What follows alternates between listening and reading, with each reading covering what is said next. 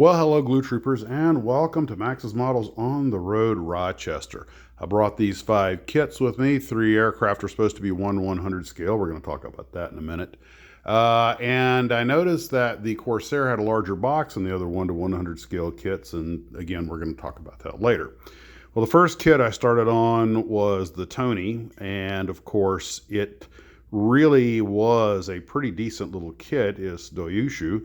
And it was pretty straightforward. It had the exploded diagram on back for instructions. The parts all fit well. What was weird about this kit was it had some extra parts.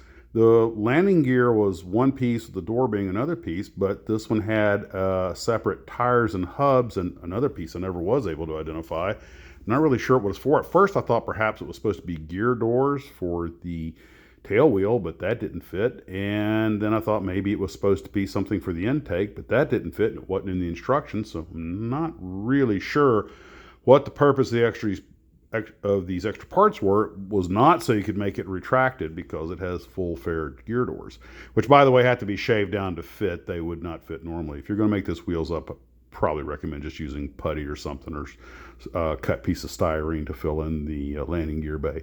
But very straightforward kit, no pilot figure, 1/100 as advertised, and pretty much no surprises.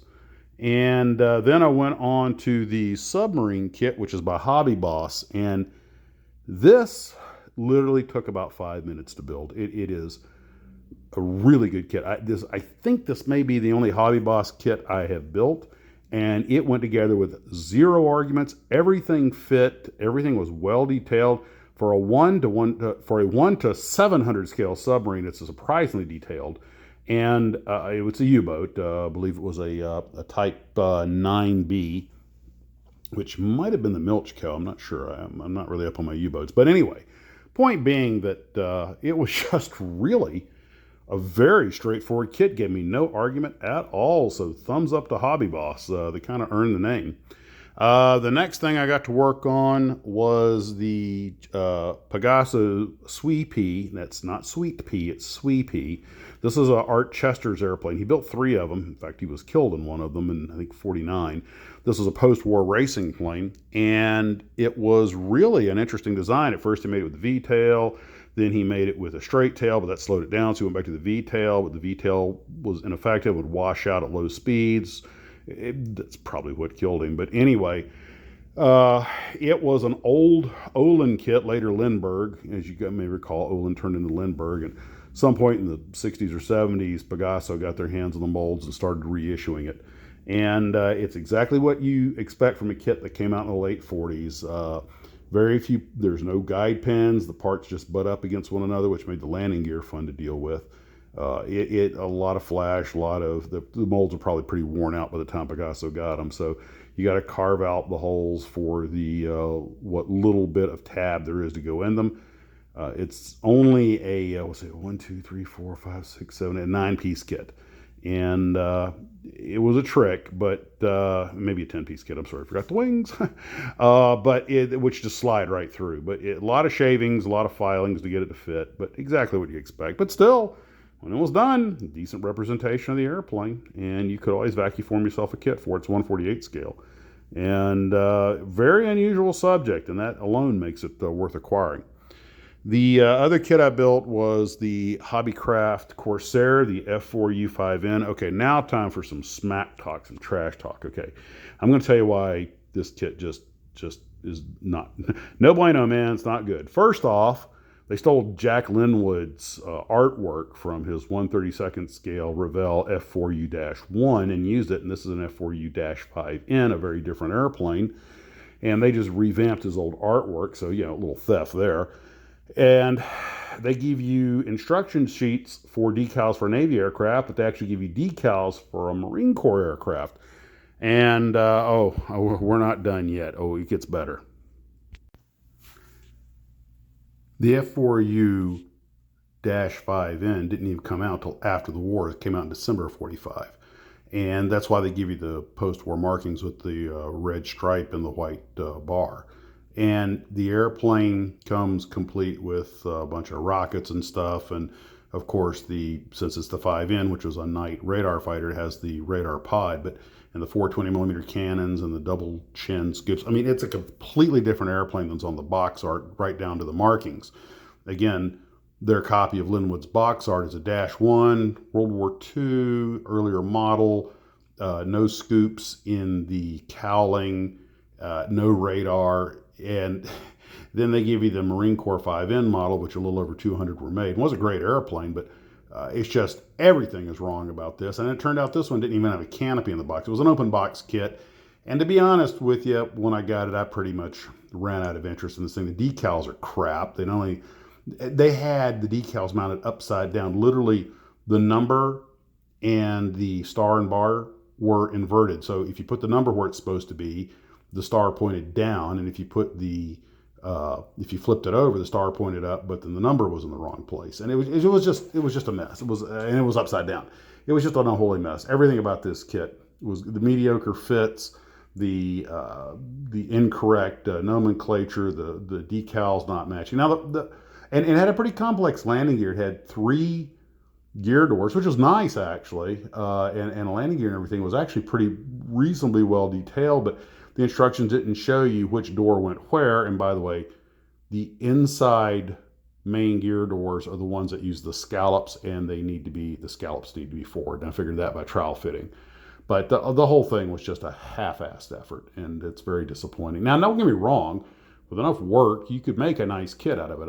It's not that the kit's bad, it's the instructions and decals are terrible. But some aftermarket decals, a little TLC, and of course, at first I thought this was an old Matchbox kit because it came in 2 different colors. Some of them were black and some of them were blue. And I was thinking, well, if the engine and prop were black and the wheels were black, that'd be okay. But the horizontal stabilizer and the ailerons are black. And I don't know what they were thinking, but turns out it actually was an old Ideal kit from Japan. Not ITC, but Ideal from Japan. And it was just, they'd have been better off shoot the whole thing in one color.